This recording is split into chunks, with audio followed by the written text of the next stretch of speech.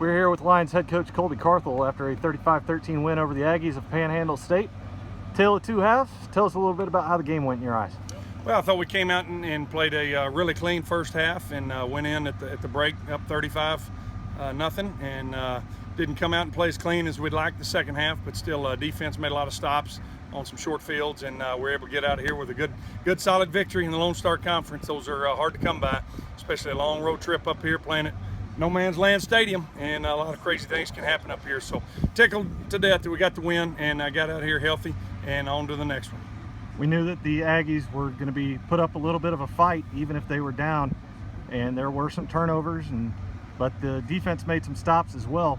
What's the biggest positive you can take from this game? You know, just the defense did go out and put out a lot of fires.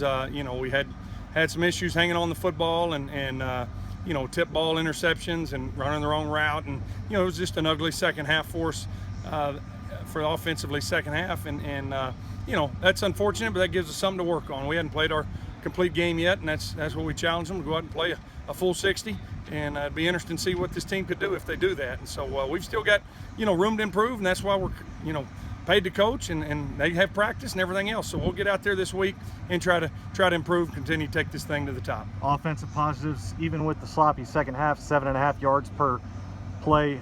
Talk a little bit about that offensive first half. That was one of the most efficient halves we've seen in a while. It was. They came out and were really clicking. Luis was on point and throwing the ball really, really well.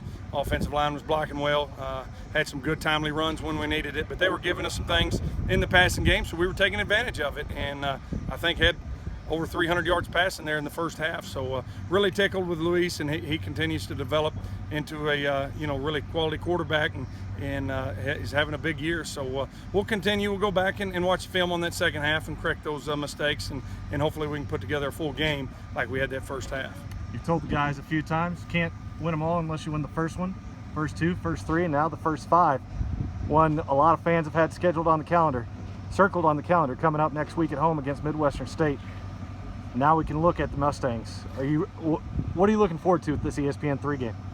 Well, you know, just the next one's always the most important, but this is, you know, we're not stupid. Everybody has had this one circled on their calendar, and Midwestern's got a great program. Bill Maskell does a really good job. Should be a matchup, providing they take care of business, a top 10 matchup, and on ESPN3. But, you know, that's the things we can't control. What we can control is how we play, how we perform, and how we prepare. And so we'll go into it this week just like we do any other, hoping to put our best foot forward and come out there and play a full 60 minutes on Saturday in front of the home crowd and see what happens. All right, Coach, we'll talk to you later this week as we get ready for the Mustangs' 35-13 win for the Lions here in Goodwill, Oklahoma. Thanks so much. Go Lions.